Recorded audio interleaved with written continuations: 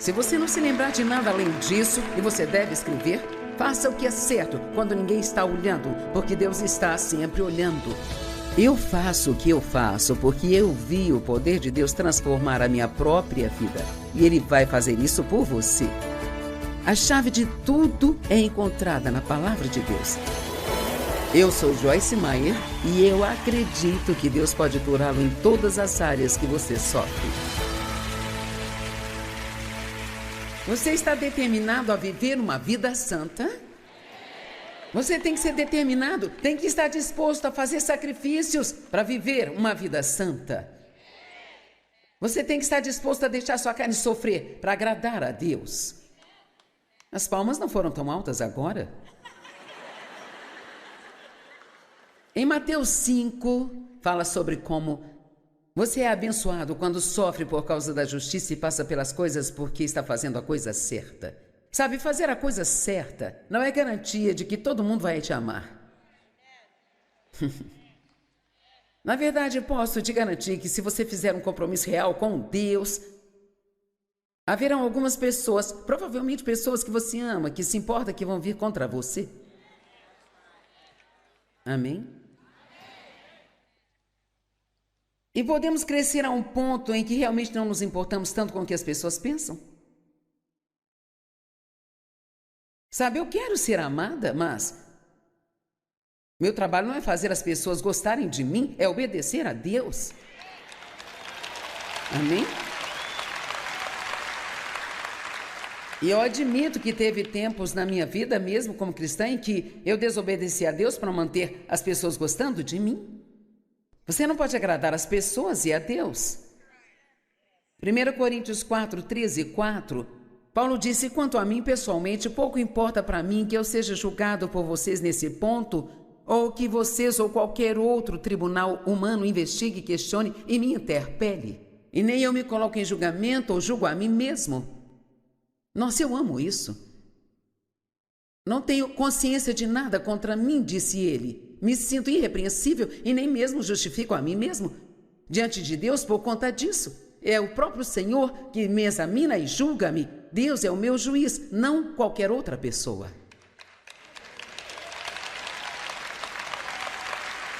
Sabe quando você é realmente livre? Quando não tem mais necessidade de impressionar ninguém.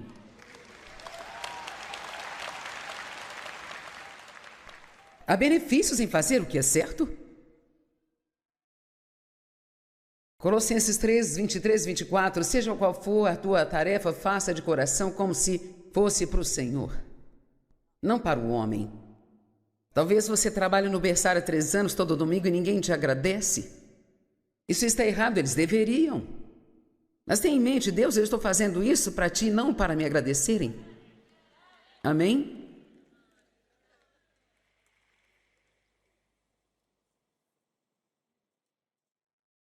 Eu continuo fazendo o que eu faço para Deus, não por qualquer outro motivo. Me perguntam todo o tempo, você já pensou em quando vai se aposentar? Não. Acho que quando eu cair morta, eu não sei, sabe? O que mais eu poderia fazer comigo mesma? Isso é tudo o que eu faço há 45 anos, eu não sei fazer mais nada, gente. Sabendo com toda a certeza que é do Senhor e não dos homens que recebereis a vossa herança, que é a vossa recompensa. Além disso, permitam que eu diga o seguinte: uma das coisas mais poderosas que você pode fazer, agora ouça-me, é fazer o que é certo quando ninguém está olhando.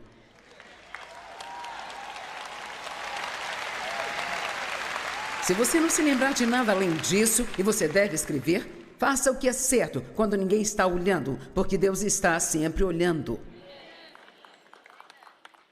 E aí que você sabe com certeza que não está fazendo isso para os homens, nem por aplausos, ou até mesmo para se sentir bem consigo mesmo.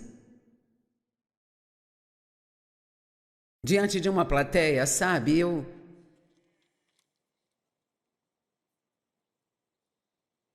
Você já se perguntou se você está qualificado para servir a Deus?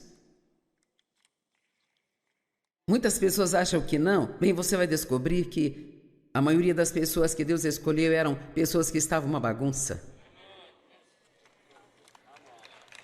Amém?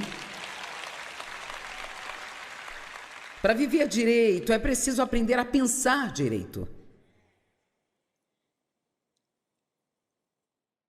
Preste atenção no que você está pensando.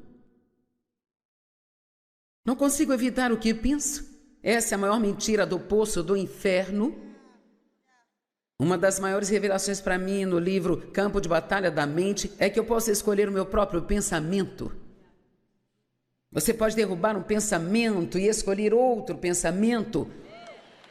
Você pode realmente pensar coisas que vão fazê-lo feliz ou pensar coisas que vão deixá-lo miserável. Por exemplo, quando você está tendo um problema, digamos, um problema real, ruim, a Bíblia diz que quando Davi estava deprimido, então ele meditava sobre os momentos em que teve vitória em sua vida. Então, eu estava pensando hoje de manhã. Em 1989, eu fui ao médico para um check-up de rotina e eu fiz uma mamografia e o médico nos ligou dizendo: nós encontramos algo em sua mamografia. Precisamos fazer outra. Fizeram outra e ainda estava lá. Ele disse: precisamos fazer uma biópsia. Pensei, não será nada. O médico ligou e disse: é câncer. Bem, esse foi um dia ruim. Mas sabe de uma coisa? Após fazer a mastectomia, eles queriam que eu fosse para um oncologista e isso significava radioterapia e quimioterapia e eu tenho que pregar o que eu vou fazer. Meu Deus, vamos perder o ministério, o que será que vai acontecer? E eu me lembro de quando a oncologista olhou para mim e disse assim: nenhuma célula cancerígena chegou aos seus linfonodos, você não precisa de tratamento. Este foi um bom dia. Então veja, foi um dia ruim quando eu recebi o relatório ruim, mas 32 anos depois, todo ano faço a mamografia e todo ano eles dizem: está tudo limpo. Também foi um bom dia quando fiz uma mamografia e disseram: vimos algo que não gostamos, queremos fazer uma ressonância, que é a varredura de todo o corpo para ver se tem câncer em qualquer outra parte, sabe? Então, eles pegaram o resultado e disseram: sabe, é muito interessante. Encontramos algumas coisas na sua coluna que parecem ter sido metástase de um câncer e ele se curou. Esse foi um bom dia? Quantos aqui já tiveram dias bons? Bem, quando você está tendo um dia ruim, não se concentre apenas no dia ruim, pense no dia bom. Foi o que Davi fez quando ele estava deprimido. Ele meditava nas coisas boas. Romanos 12:2 diz: não se conforme com este mundo, moldado e adaptado aos seus costumes externos e superficiais, mas seja transformado, mudado pela completa renovação de sua mente. Em outras palavras, aprenda a pensar como Deus. Quanto tempo você levou para desenvolver pensamentos, mentalidades e atitudes erradas? Quanto tempo vai demorar para mudar? Se você quer ter o caráter de Deus, prepare-se para ser paciente. Ouvir uma mensagem uma vez por semana não será muito frequente à sua mente. Falar a palavra uma vez por semana também não significa ser frequente. Desenvolva o hábito de meditar na palavra de Deus. Sabe, os cristãos ficaram com medo dessa palavra porque o diabo a usou indevidamente. Em meditação, você ouve isso ligado às religiões orientais e coisas que não são tão corretas, sabe? Mas era a ideia original de Deus. O diabo nunca tem ideias originais, ele apenas rouba as coisas de Deus e as perverte. Amém?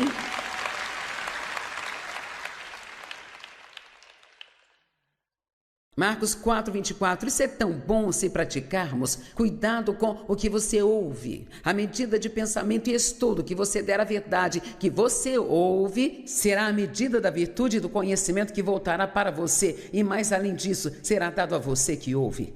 Sabe o que isso significa? Se você sentar aqui o fim de semana e se você sair daqui e não pensar em mais nada sobre qualquer coisa que eu falei,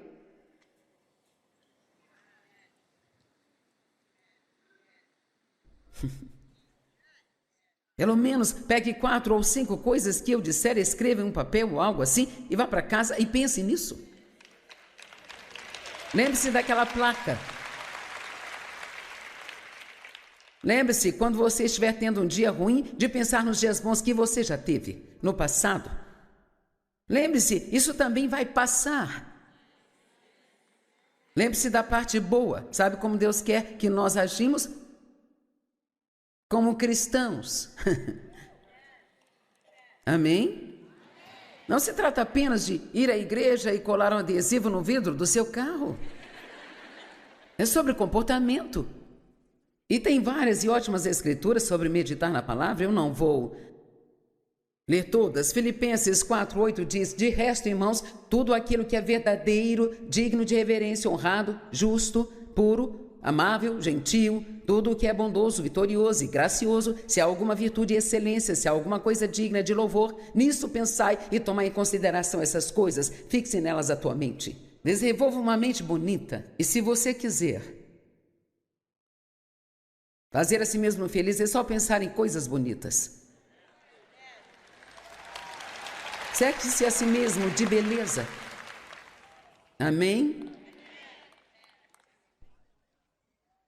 Sempre acredite no melhor de cada pessoa. Uau! Sabe, eu tive problemas na semana passada porque eu passei por algumas situações em que não acreditei no melhor e eu fiquei desconfiada.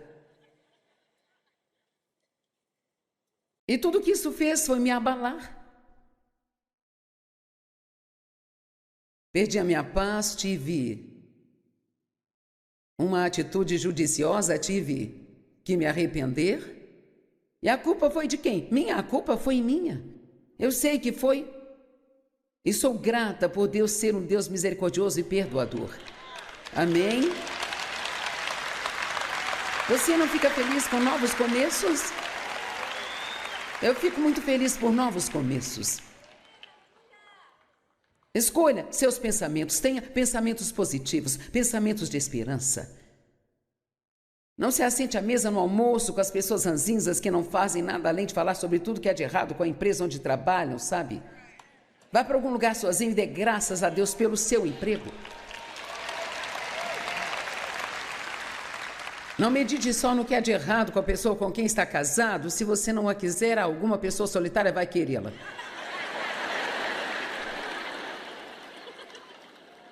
E com rugas e tudo. Amém?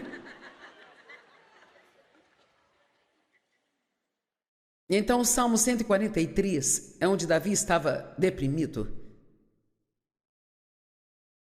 Vamos ler apenas o 3, o 4 e o 5. Porque o inimigo perseguiu e condenou a minha alma. Ele esmagou a minha vida até o chão. Ele me fez habitar em lugares escuros como alguém que está morto. Portanto, meu espírito está dominado e desmaia dentro de mim, envolto em melancolia. Meu coração dentro do meu seio fica entorpecido.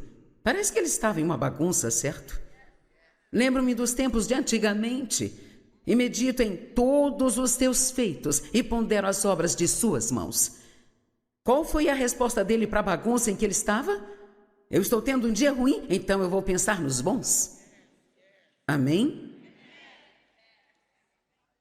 A meditação é uma profunda contemplação. É deixar um pensamento rolar várias e várias vezes em sua mente. Apenas tome um pouco de tempo para... Sabe, eu pensei muito sobre 2 Coríntios 5:21. Aquele que não conhecia o pecado tornou-se pecado para que fôssemos feitos justiça de Deus em Cristo. E eu tive dificuldade em entender isso. Eu tinha informação, mas precisava da revelação. Eu precisava que me fosse revelado. Eu estava falando mais cedo sobre não pensar mais em si mesmo do que deveria e eu me dei o trabalho de pesquisar e vou ler para você. Você tem que ter cuidado ao pensar mais sobre si do que deveria. Peça a Deus que o ajude a manter uma mente humilde. Isso não significa que tenha que pensar mal de si. Porque tu dizes, isto é, Apocalipse 3:17, porque dizes, eu sou rico, eu prosperei e eu enriqueci e não estou precisando de nada. E você não percebe nem compreende que você é miserável, inútil, pobre, cego e nu.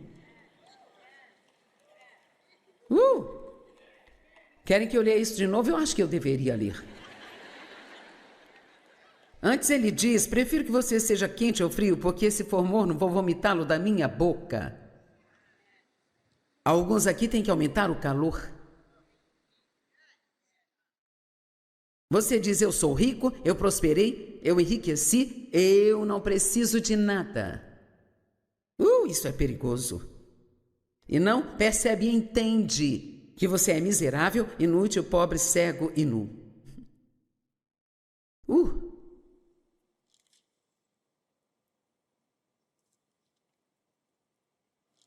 Ei, a Bíblia é um livro tremendo.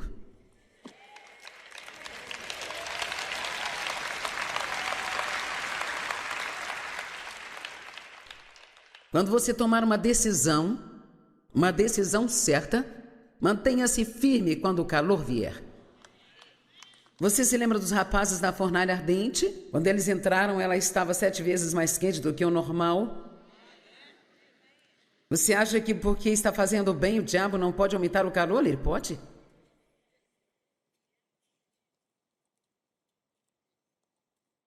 Quanto você acha que me custa pregar assim?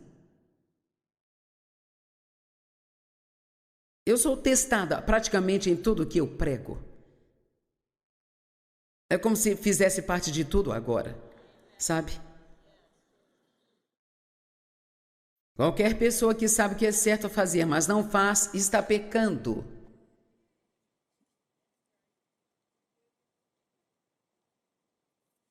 Não decida perder peso e mude de ideia quando ficar com fome. Você sabe como é fácil fazer dieta no domingo à noite depois do jantar?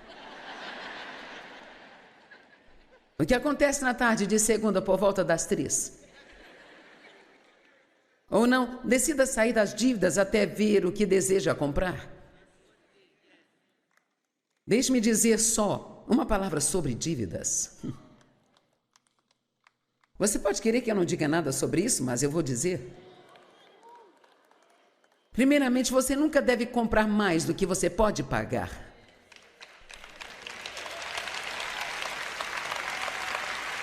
A Bíblia diz que se você pede emprestado e você não pode pagar, isto é mal aos olhos do Senhor. E pague suas contas em dia, não com atraso, viu? E veja, se você estiver com dívidas, fique 1 ou 2 anos sem comprar nada e pegue cada centavo extra que você conseguir e abata na sua dívida. Você sabia que pode ficar livre de dívidas? Será que consigo fazê-lo acreditar nisso? Você pode realmente ser livre das dívidas. Você vai conseguir ser paciente o suficiente para economizar para aquilo que você quer, em vez de ir comprar agora.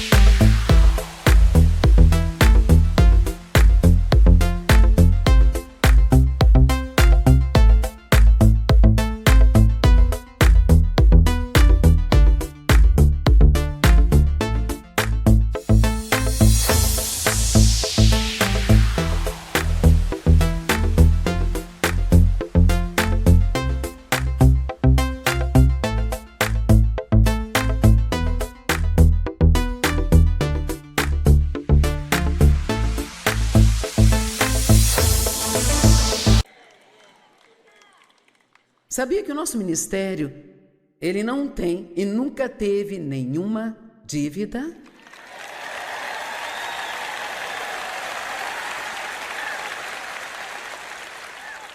E tenho que te dizer que foi o Dave, não eu. Porque eu era impaciente, eu provavelmente teria pedido dinheiro emprestado para construir nosso prédio, mas Dave disse não. 86% no ano passado, segundo a nossa auditoria, 86% de tudo que nos foi ofertado voltou para o ministério. Eu não estou dizendo que é pecado pedir dinheiro emprestado. Eu estou apenas dizendo que você pode ser livre de dívidas. Mas veja, muitas pessoas não pensam assim, elas automaticamente pensam, bem, isso não é possível. Simplesmente não é possível. E se você comprar uma casa e tiver que pagar as parcelas dela, adicione um dinheiro extra todos os meses no início e você ficará surpreso com quanto você vai economizar em juros e você pode pagar tudo 2 vezes mais rápido do que pagaria. E se você for inteligente, digamos que você tenha 20 anos.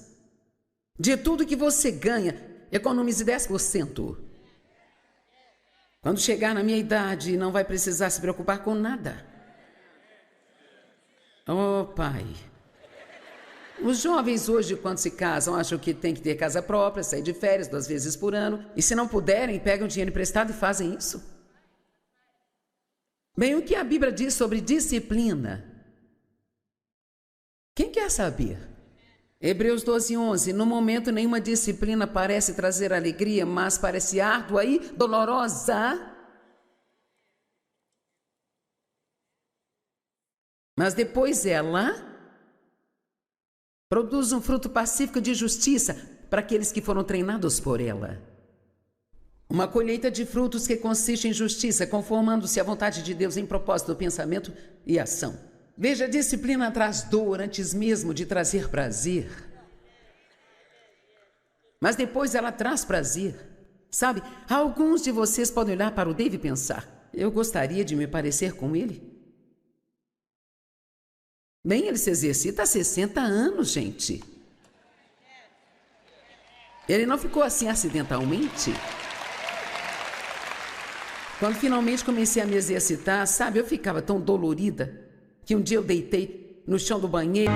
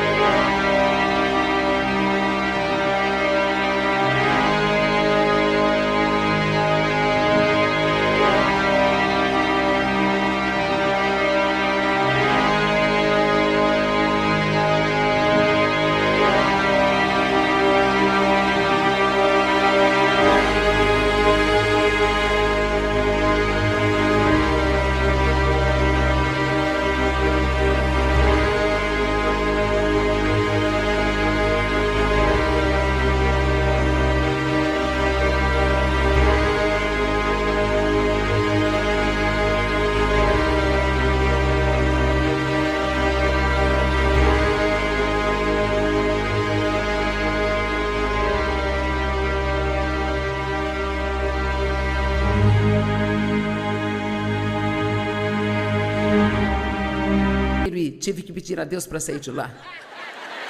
Ah, meu Deus, eu pensei, isso é horrível.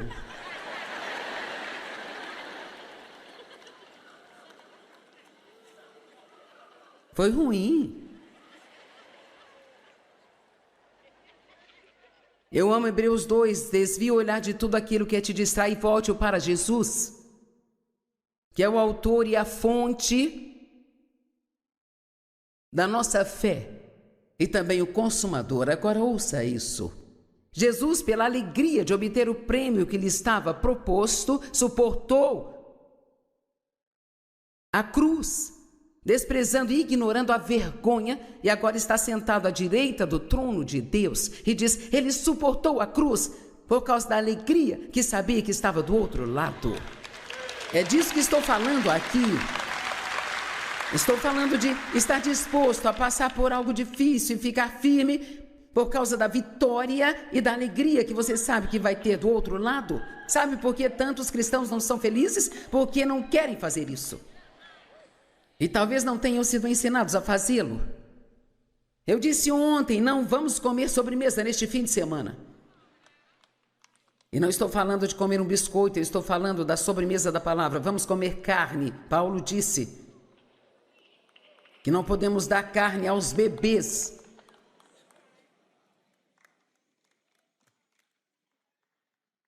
A verdade liberta você. O Espírito Santo nos é dado e ele é o Espírito da verdade. E nos ministra a verdade. Deixe-me lembrá-lo novamente. Peça a Deus para te mostrar a verdade sobre si. Não sobre outra pessoa. Sobre si. A palavra de Deus é a verdade. Qualquer coisa que não concorde com ela está errado. Argumentar. Desista dos argumentos. Pare de tentar entender tudo na sua vida. Medite na palavra, não medite em todos os seus problemas. Romanos 8,6 diz: a mente da carne é sentido e razão sem o Espírito Santo. Isso não é pensar com a mente de Cristo a propósito, sabe? 2 Coríntios 2,16 diz: vós tendes a mente de Cristo. Isso traz a morte. A mente da carne traz morte. Não é o tipo de morte onde você não respira, mas todas as misérias que surgem do pecado. Mas seja um praticante da palavra, obedeça a sua mensagem. E não apenas um ouvinte, não invente desculpas para as coisas erradas que você faz. Adão e Eva pecaram e, culparam todo mundo. Adão culpou até a Deus, ele disse: foi a mulher que você me deu. E Eva culpou o diabo, foi esse diabo, ele me tentou. Sabe, quando Deus os visitou, os três tiveram problemas. Muitas pessoas inventaram desculpas para não servir a Deus. Uma das minhas histórias favoritas na Bíblia, sinto muito se você já me ouviu falar sobre isso, mas vai ter que aturar de novo, é João 5. Havia um homem paralítico que ficava deitado à beira do tanque de Betesda por 38 anos à espera de um milagre. Há quanto tempo você espera por um milagre?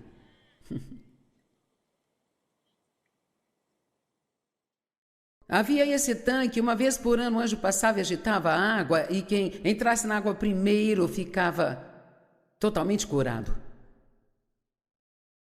Ele estava lá já há 38 anos.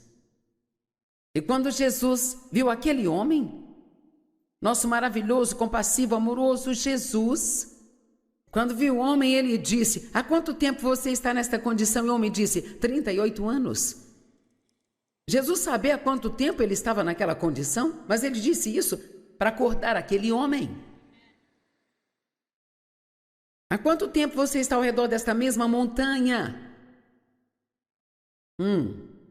Bem, é hora de passar por cima disso e seguir em frente. E sabe o que Jesus disse ao homem? Eu amo isso. Você realmente quer ficar bem? Eu pergunto para você hoje, você realmente quer ter seu coração partido curado? Você realmente quer parar de ter medo de tudo? Você realmente quer ser usado por Deus?